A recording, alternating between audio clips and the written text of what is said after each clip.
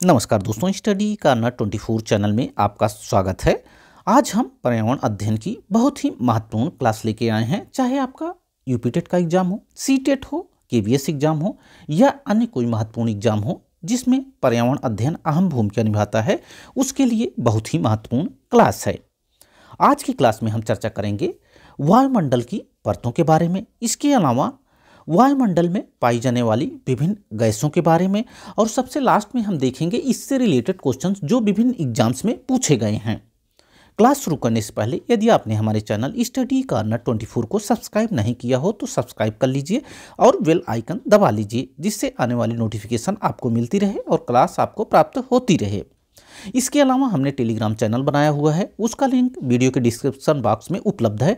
आप वहां से जुड़ सकते हैं और हमारे क्लास का नोट्स वहां से प्राप्त कर सकते हैं। इसलिए टेलीग्राम चैनल से ज्वाइन होना बहुत ही आवश्यक है। तो आइए आज की क्लास शुरू करते हैं। देखते हैं वायुमंडल। पृथ्वी की उत्पत्ति के साथ ही वायुमंडल का निर्माण हुआ है। वायुमंडल में विभिन्न प्रकार की परतें पाई जाती हैं, जिसकी चर्चा हम अपने इस क्लास में करेंगे।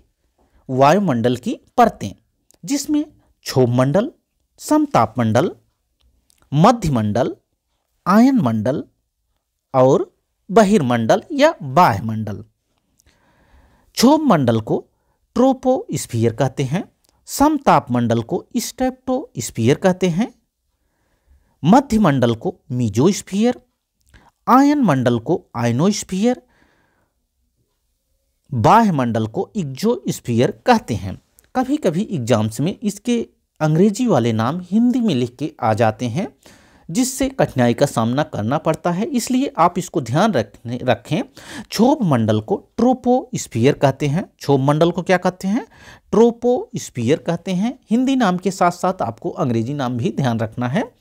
क्षोभमंडल को ट्रोपोस्फियर, समतापमंडल को स्ट्रेटोस्फियर, मध्यमंडल को मीजोस्फियर, आयनमंडल को आयनोस्फियर और बाह्यमंडल को एक्सोस्फियर कहते हैं। क्षोभमंडल ट्रोपोस्फियर, समतापमंडल स्ट्रेटोस्फियर, मध्यमंडल मीजोस्फियर, आयनमंडल आयनोस्फियर और बाह्यमंडल को एक्सोस्फियर कहते हैं। अब एक एक के बारे में हम विस्तार से पढ़ेंगे। सबसे पहले देखते हैं क्षोभमंडल। क्षोभमंडल यानी ट्रोपोस्फियर, यह वायुमंडल की सबसे निचली परत है। इसकी ऊंचाई सतह से 18 किलोमीटर तक होती है। यह वायुमंडल की सबसे निचली परत है। इसकी ऊंचाई सतह से 18 किलोमीटर तक होती है। ध्रुवों पर क्षोभमंडल की ऊंचाई 8 किमी तथा विषुवत रेखा पर 18 किमी होती है।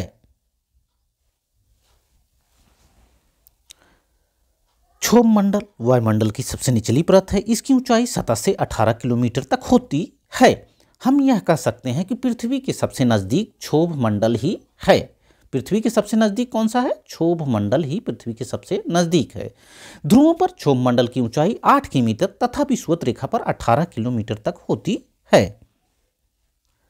इस मंडल को संवहन मंडल भी कहते हैं। क्षोभमंडल को क्या कहते हैं?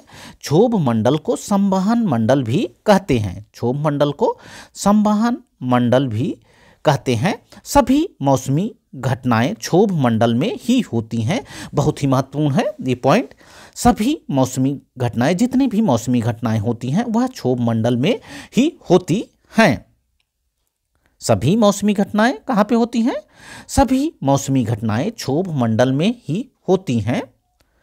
चाहे आंधी हो, तूफान हो, बिजली का कड़कना हो। आंधी, तूफान, बिजली कड़कना, इंद्रधनुष, बादल बनना, कोहरा आदि मौसमी घटनाएं क्षोभमंडल में ही होती हैं।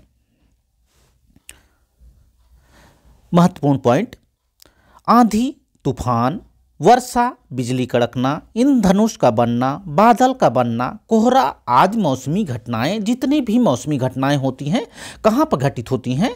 क्षोभमंडल में सारी मौसमी घटनाएं घटित होती हैं। जितनी भी मौसमी घटनाएं होती हैं क्षोभमंडल में घटित होती हैं। क्षोभमंडल में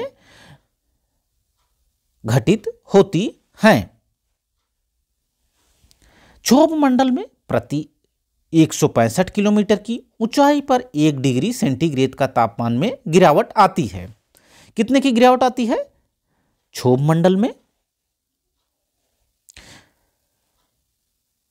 प्रति 165 किलोमीटर की ऊंचाई पर 1 डिग्री सेंटीग्रेड तापमान में गिरावट आती है। हमने आपको बताया जितनी भी मौसमी घटनाएं होती हैं क्षोभ मंडल में ही होती हैं, चाहे आपका आंधी हो, तूफान हो, वर्षा हो, बिजली कड़कना हो, इंद्रधनुष हो, बादल का बनना हो, कोहरा हो, सारी घटनाएं क्षोभ मंडल में ही घटित होती हैं। क्षोभ मंडल में प्रति 165 किलोमीटर की ऊंचाई पर 1 डिग्री सेंटीग्रेड तापमान में गिरावट आती है। क्षोभ मंडल यह पृथ्वी के सबसे नजदीक वाला यह पृथ्वी के सबसे नजदीक वाली परत ही क्षोभ मंडल है। पृथ्वी के सबसे नजदीक कौन सी परत है? क्षोभ मंडल पृथ्वी के सबसे नजदीक है।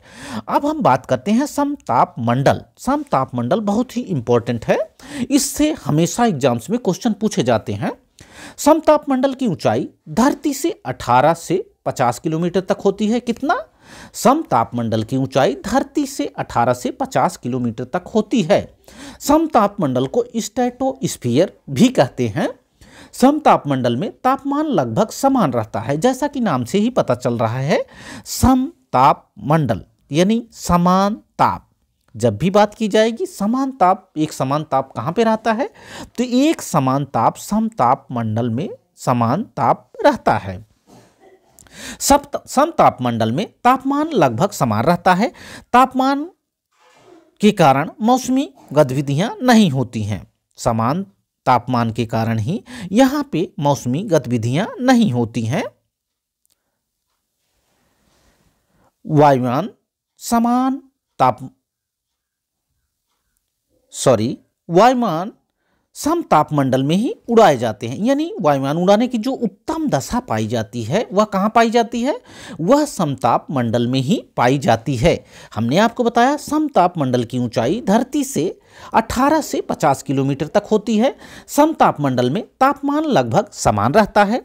समताप मंडल में तापमान लगभग समान रहने के कारण ही यहाँ मौसमी गतिविधियाँ नहीं होती हैं। यहाँ वायुयान उड़ाने की सबसे उत्तम दशा पाई जाती है। वायुयान उड़ाने की सबसे उत्तम दशा कहाँ पाई जाती है? तो समताप मंडल में पाई जाती है। यह क्वेश्चन अक्सर पूछा जाता है एग्जाम में कि वायुयान उड़ाने की सबसे उत्तम दशा कहाँ पाई जाती है? तो वायुयान उड़ाने के लिए सबसे उपयुक्त जो होता है वह समताप मंडल होता है। अब हम आगे बढ़ते हैं। ओजोन परत समताप मंडल में ही स्थित है। बहुत ही महत्वपूर्ण, ओजोन परत कहाँ पे स्थित है? ओजोन परत समताप मंडल में ही स्थित है, जो सूर्य से आने वाली पराबैंगनी किरणों को अवशोषित कर लेती है। ओजोन परत मापने की इकाई डाप्सन है। ओजोन परत नापने की इकाई क्या है? डाप्सन। डाप्सन से ही हम ओजोन परत की मापते हैं। ओजोन परत मापने की इकाई क्या है? डाप्सन। डाप्सन से ही ओजोन परत की मोटाई मापी जाती है। ओजोन परत समताप मंडल में स्थित है। ओजोन परत कहाँ स्थित है? ओजोन परत समताप मंडल में ही स्थित है। यह बहुत पूछा जाता है, ओजोन परत कहाँ पे स्थित है? ओजोन परत समताप मंडल में ओजोन परत स्थित है। ओजोन परत स्थित है जो हमें सूर्य से आने वाली पराबैंगनी किरणों से बचाती है। सूर्य से आने वाली पराबैंगनी किरणों से ओजोन परत हमें सुरक्षा प्रदान करती है। ओजोन परत की मापने की इकाई डाप्सन है। इतनी सारी बातें आपको ओजोन परत में याद रखना है।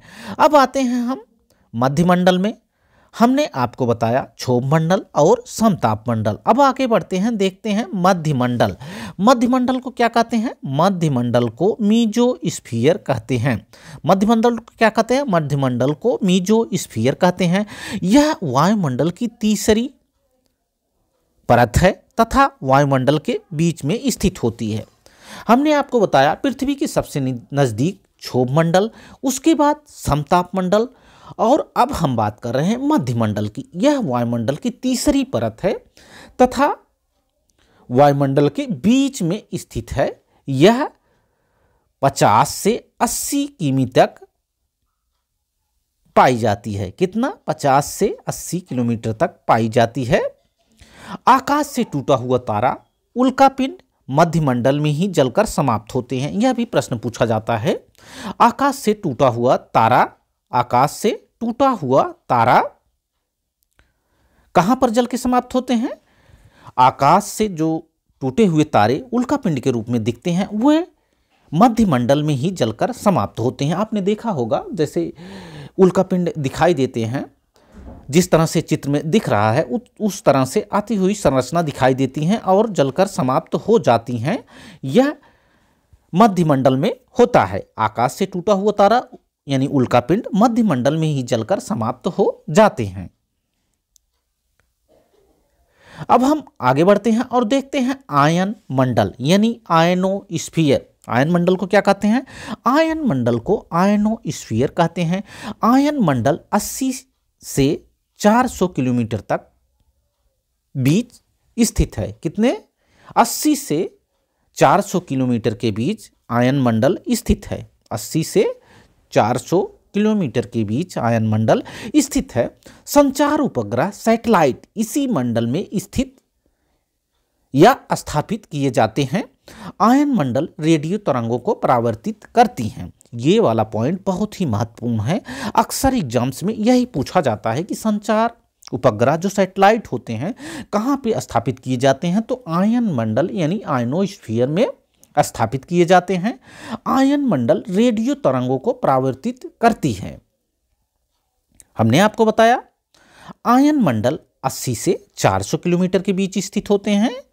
संचार उपग्रह सैटेलाइट इसी मंडल में स्थापित किए जाते हैं। किस मंडल में? आयन मंडल में संचार उपग्रह स्थापित किए जाते हैं। आयन मंडल रेडियो तरंगों को परावर्तित करती हैं। अब हम आगे बढ़ते हैं, देखते हैं वायुमंडल या बहिर्मंडल इसी को कहते हैं। वायुमंडल को ही बहिर्मंडल कहते हैं। यह वायुमंडल की सबसे ऊपरी सतह है। यह वायुमंडल की सबसे ऊपरी सतह है। कौन सी? बहिर्मंडल या वायुमंडल, जिसको इग्जोस्फीयर कहते हैं। यह वायुमंडल की सबसे ऊपरी सतह है। हमने आपको बताया सबसे पहले क्षोभ मंडल, फिर समताप मंडल, समताप मंडल के बाद हमने मध्यमंडल बताए, मध्यमंडल के बाद आयन मंडल, आयन मंडल के बाद बहिर्मंडल। यह वायुमंडल की सबसे ऊपरी परत है। सबसे ऊपरी परत है। यह वायुमंडल की सबसे ऊपरी परत है। जैसा ये पृथ्वी हुई। आपका यह जो वाला भाग है पृथ्वी के सबसे नज़दीक कौन सा है? क्षोभ मंडल। क्षोभ मंडल आपका हुआ। क्षोभ मंडल के बाद फिर समताप मंडल, क्षोभ मंडल के बाद फिर समताप मंडल।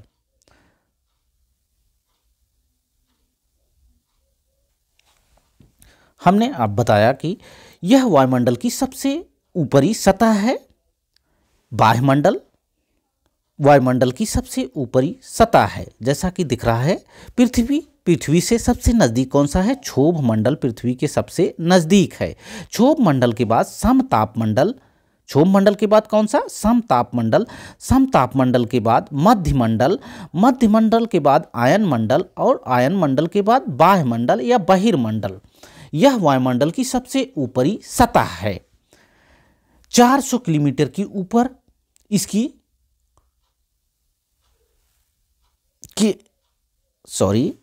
400 किमी के ऊपर इसकी सीमा निर्धारित नहीं की गई है।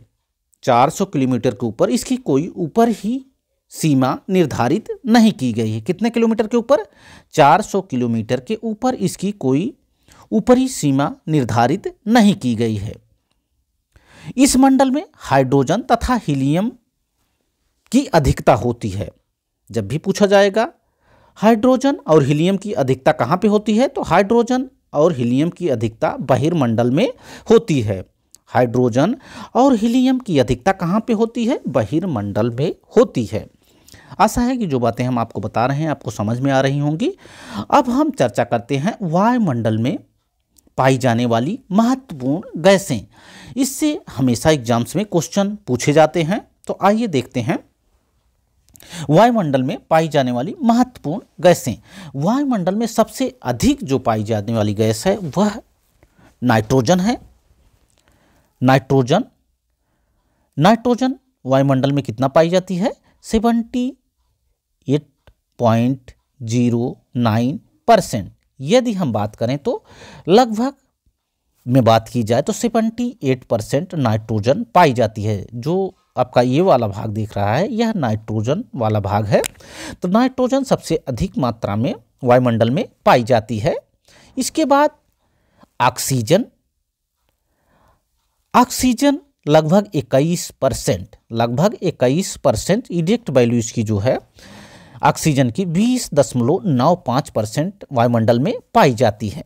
इसके अलावा आर्गन, हमने आपको बताया कि नाइट्रोजन सबसे अधिक मात्रा में कितना 78%, लगभग 21% ऑक्सीजन 21%। इसके अलावा आर्गन 0.93%, आर्गन कितना 0.93%।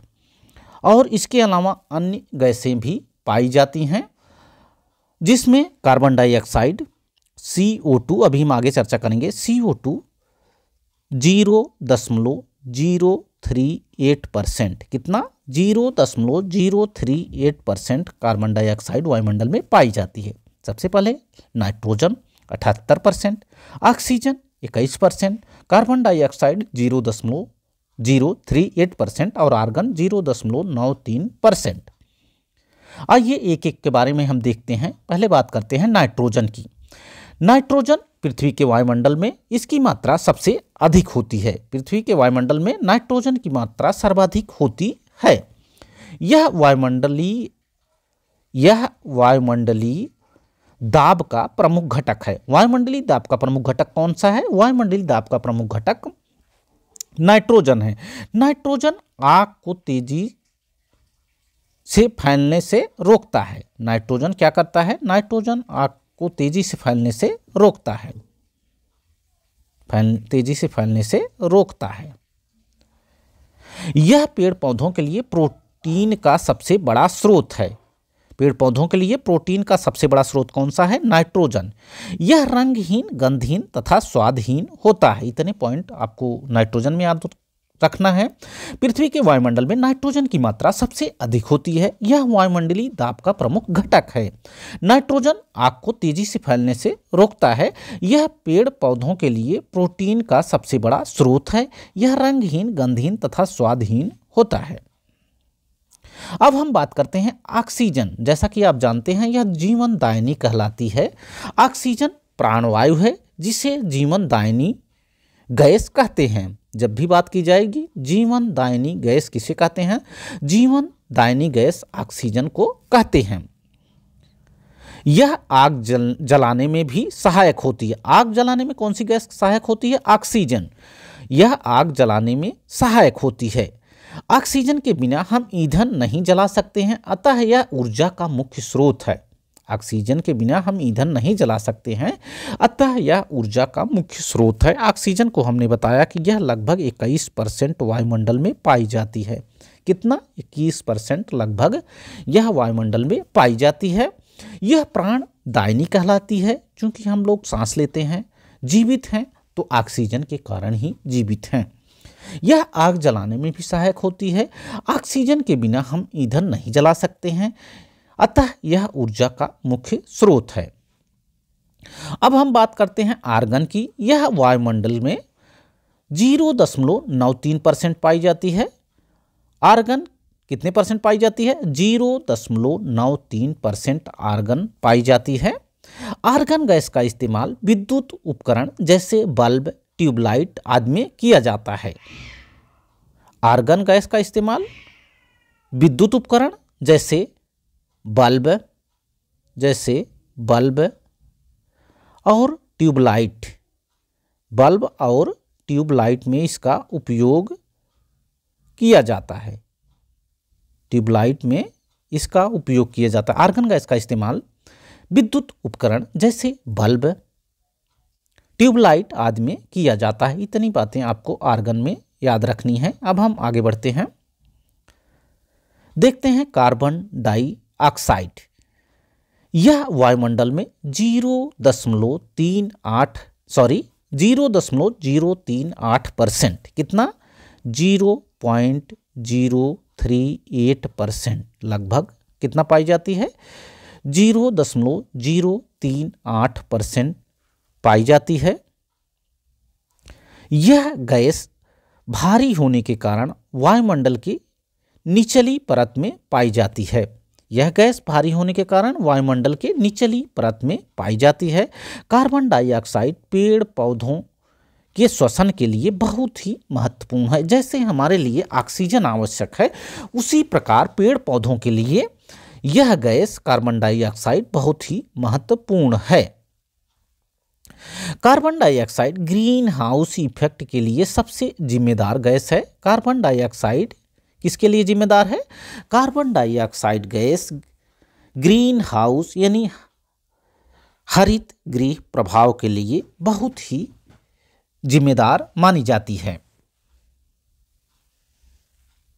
अब हम बात करते हैं हाइड्रोजन की। हाइड्रोजन को भविष्य का ईंधन कहा जाता है। हाइड्रोजन को भविष्य का ईंधन कहा जाता है। यह वायुमंडल की सबसे हल्की गैस है। ध्यान रखें, जब भी पूछा जाएगा कि वायुमंडल की सबसे हल्की गैस कौन सी है, वायुमंडल की सबसे हल्की गैस हाइड्रोजन है। यह गैस जलने पर अधिक ऊर्जा देती है। यह गैस जलने पर अधिक ऊर्जा देती है। हमने आपको बताया कि हाइड्रोजन वायुमंडल की सबसे हल्की गैस है, इसको आपको ध्यान रखना है। हाइड्रोजन गैस को भविष्य का ईंधन कहा जाता है। यह गैस जलने पर अधिक ऊर्जा देती है।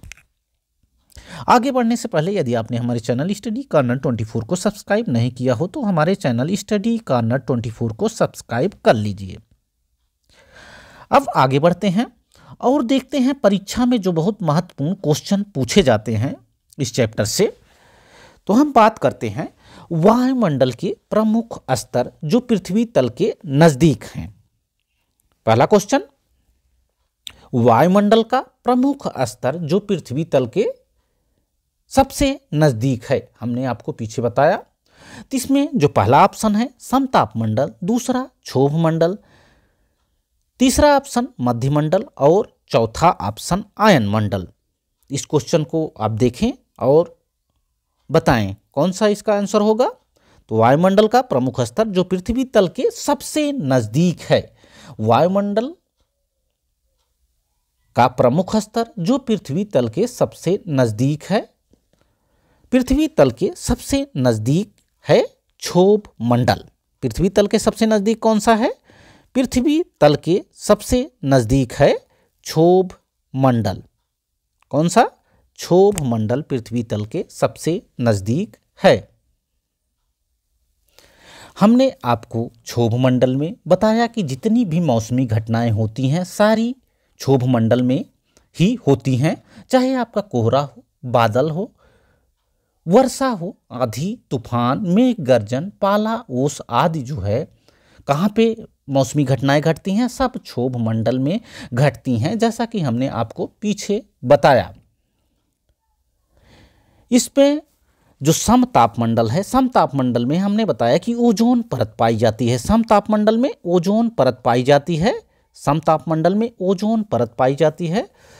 यहाँ वायुयान उड़ाने की सबसे उत्तम दशा पाई जाती है। समतापमंडल में वायुयान उड़ाने की सबसे उत्तम दशा पाई जाती है। आशा है कि जो पहला क्वेश्चन हमने आपको बताया आपको समझ में आया होगा। वायुमंडल का प्रमुख स्तर जो पृथ्वी तल के सबसे नजदीक है कौन सा है? क्षोभ मंडल। अब हम आगे बढ़ते हैं दूसरे क्वेश्चन पर। देखते हैं दूसरा क्वेश्चन, वायुमंडल की कौन सी परत प्रकाश की पराबैंगनी किरणों को पृथ्वी की सतह पर आने से रोकती है? पृथ्वी की सतह पर आने से कौन सी परत रोकती है? समताप मंडल, क्षोभ मंडल, आयन मंडल, मध्यमंडल। इसका आंसर आप बताएं जल्दी। वायुमंडल की कौन सी परत प्रकाश की पराबैंगनी किरणों को पृथ्वी की सतह पर आने से रोकती है? हमने पीछे आपको बताया समताप मंडल। कौन सा इसका उत्तर होगा? समताप मंडल। समताप मंडल। समताप मंडल प्रकाश की पराबैंगनी किरणों को पृथ्वी की सतह पर आने से रोकती है। इसे ओजोन मंडल के नाम से भी जाना जाता है। स्ट्रेटोस्फीयर भी इसी को कहते हैं। अब हम आगे बढ़ते हैं, देखते हैं नेक्स्ट क्वेश्चन। क्वेश्चन नंबर 3, वायु दाब नापने वाला यंत्र किस नाम से जाना जाता है? वायु दाब नापने वाला यंत्र किस नाम से जाना जाता है? जल्दी बताएं इसको। वायु दाब नापने वाले यंत्र को किस नाम से जाना जाता है? पहला ऑप्शन थर्मामीटर, दूसरा सिस्मोग्राफ, तीसरा ऑप्शन हाइड्रोमीटर और चौथा ऑप्शन बैरोमीटर। वायु दाब मापने के लिए किस यंत्र का प्रयोग किया जाता है? जल्दी 5 सेकंड में आप इसका उत्तर दें। वायु दाब नापने के लिए हम बैरोमीटर का प्रयोग करते हैं। किसका प्रयोग करते हैं? बैरोमीटर का। वायु दाब मापने के लिए बैरोमीटर नामक यंत्र का प्रयोग किया जाता है। बैरोमीटर में वायु दाब मापने के लिए हम इसका प्रयोग करते हैं। थर्मामीटर से मानव शरीर का तापमान नापा जाता है। जब आपको फीवर हो जाता है तो थर्मामीटर से मापा जाता है। थर्मामीटर से क्या मापते हैं? थर्मामीटर से मानव शरीर का तापमान मापते हैं। सिस्मोग्राफ भूकंपीय तीव्रता। सिस्मोग्राफ से क्या मापते हैं? भूकंपीय तीव्रता को मापते हैं। तथा हाइग्रोमीटर से क्या मापते हैं? हाइग्रोमीटर से वायुमंडल की आर्द्रता मापते हैं। हाइग्रोमीटर से वायुमंडल की आर्द्रता मापते हैं। सिस्मोग्राफ से भूकंपीय तीव्रता मापते हैं। थर्मामीटर से मानव शरीर का तापमान मापते हैं। अब देखते हैं नेक्स्ट क्वेश्चन। क्वेश्चन नंबर 4, वायुमंडल में नाइट्रोजन गैस की प्रतिशत मात्रा होती है। वायुमंडल में नाइट्रोजन गैस की प्रतिशत मात्रा कितनी होती है? जल्दी करें, 5 सेकंड के अंदर इसका आंसर दें आप। वायुमंडल में नाइट्रोजन गैस की प्रतिशत मात्रा 78.09। कितना? 78.09। लगभग 78% वायुमंडल में नाइट्रोजन पाई जाती है। हमने आपको बताया सबसे अधिक मात्रा में वायुमंडल में कौन सी गैस पाई जाती है? नाइट्रोजन सबसे अधिक मात्रा में पाई जाती है। अब हम बढ़ते हैं अगले क्वेश्चन की ओर। क्वेश्चन नंबर 5 देखते हैं। वायुमंडल में 99% किन दो गैसों का विस्तार है? वायुमंडल में 99% किन दो गैसों का विस्तार है? क्वेश्चन को शायद आप समझ रहे होंगे कि सबसे ज़्यादा अधिक मात्रा में कौन सी दो गैसें जो सर्वाधिक पाई जाती हैं। पहला ऑप्शन ओजोन एवं ऑक्सीजन, दूसरा ऑक्सीजन एवं नाइट्रोजन, तीसरा ऑप्शन कार्बन डाइऑक्साइड एवं ओजोन, चौथा ऑप्शन आर्गन एवं ओजोन। 5 सेकंड में इसका आंसर आप बताएं।